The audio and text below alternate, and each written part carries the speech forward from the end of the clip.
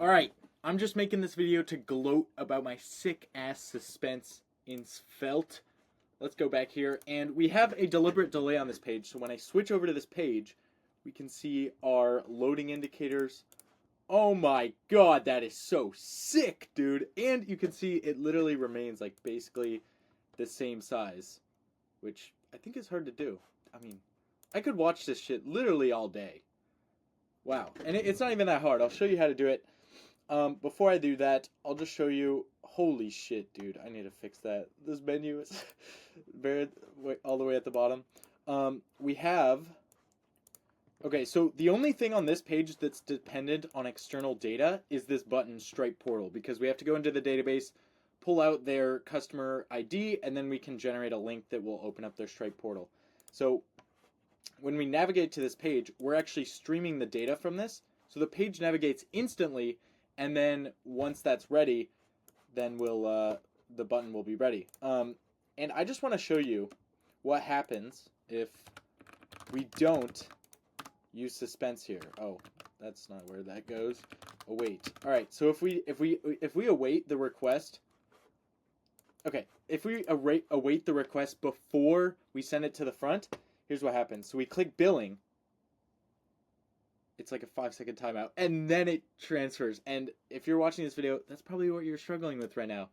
I was so pissed off about this, but there's actually a pretty easy change. So I'm just going to show you how it works, and then, yeah, and then maybe I can gloat a little bit more about my...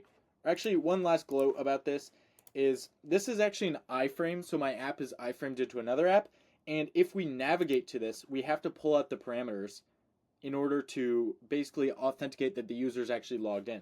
And so whenever we do that, while it's authenticating it, we have a nice little shimmer there too. And we're basically just showing like, hey, or wait.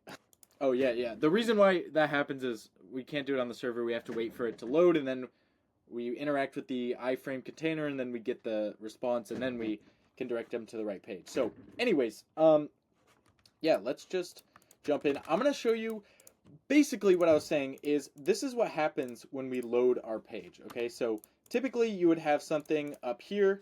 You would actually have this whole process. So we could just put this above, and we would have an object like data, and then we could just return this data, right? And because this is awaited, what it's doing is it's waiting for this process to finish before it can load the page. So that's what happened when we clicked navigate, and it took like 5 seconds before it actually navigated. It was running this process before we started to, it was running this process, and then only when it was done did it navigate us. But with this, we basically have a separate task or a separate function, and we're not awaiting this function. It's an asynchronous function, but we're not putting await, and this returns a promise to the front end.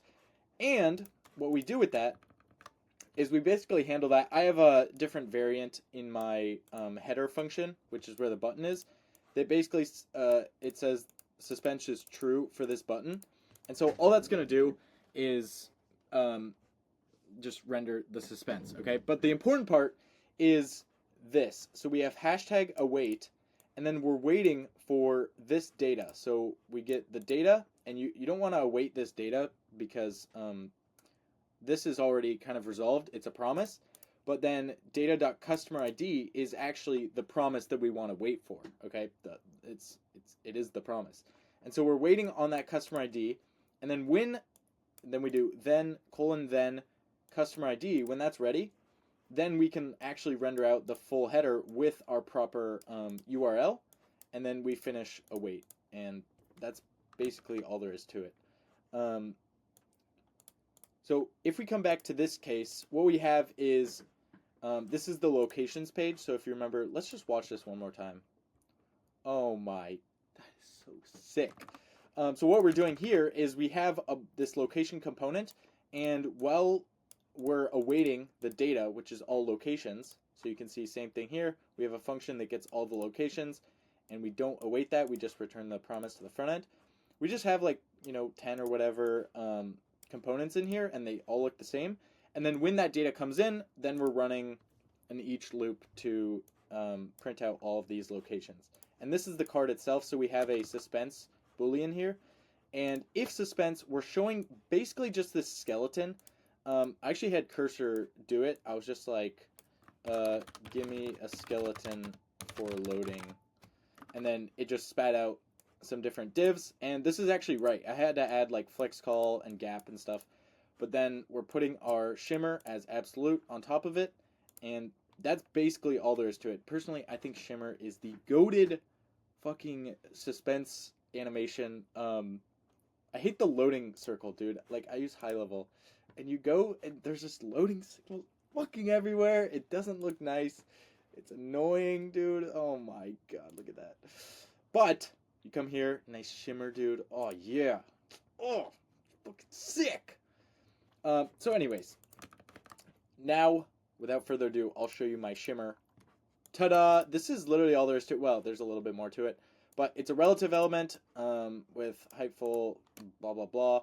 And then it's absolute. And, I mean, you can pretty much figure out. You could just ask fucking Cursor, dude. That's what I did. Or Claude.